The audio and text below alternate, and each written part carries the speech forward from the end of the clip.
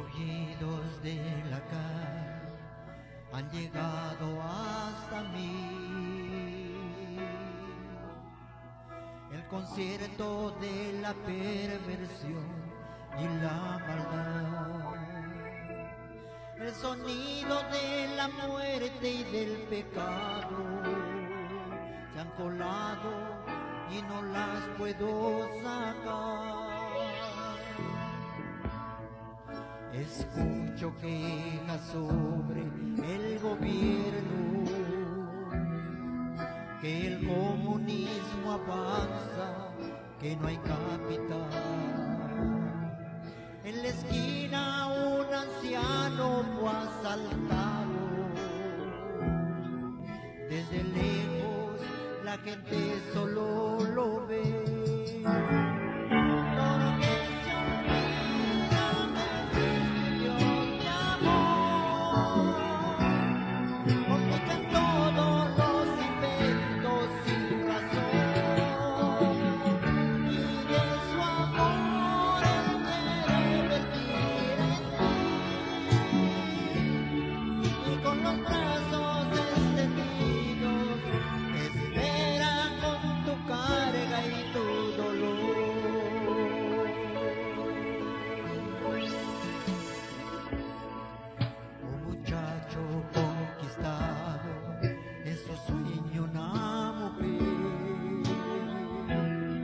Mientras otro va buscando diversión en el placer, una riña en el hogar causó separación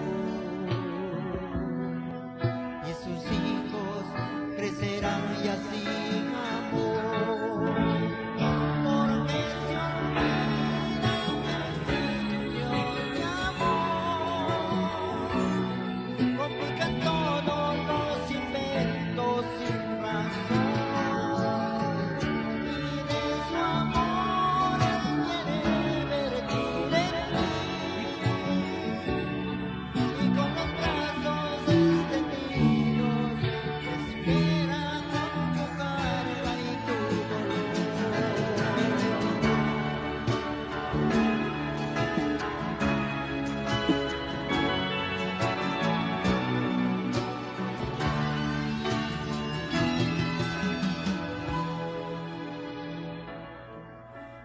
Calles en silencio, el concierto terminó,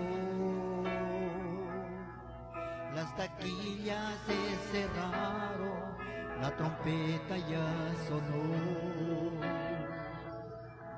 cementerios se llenaron y la ciencia ya cesó, los inventos fracasaron, porque vino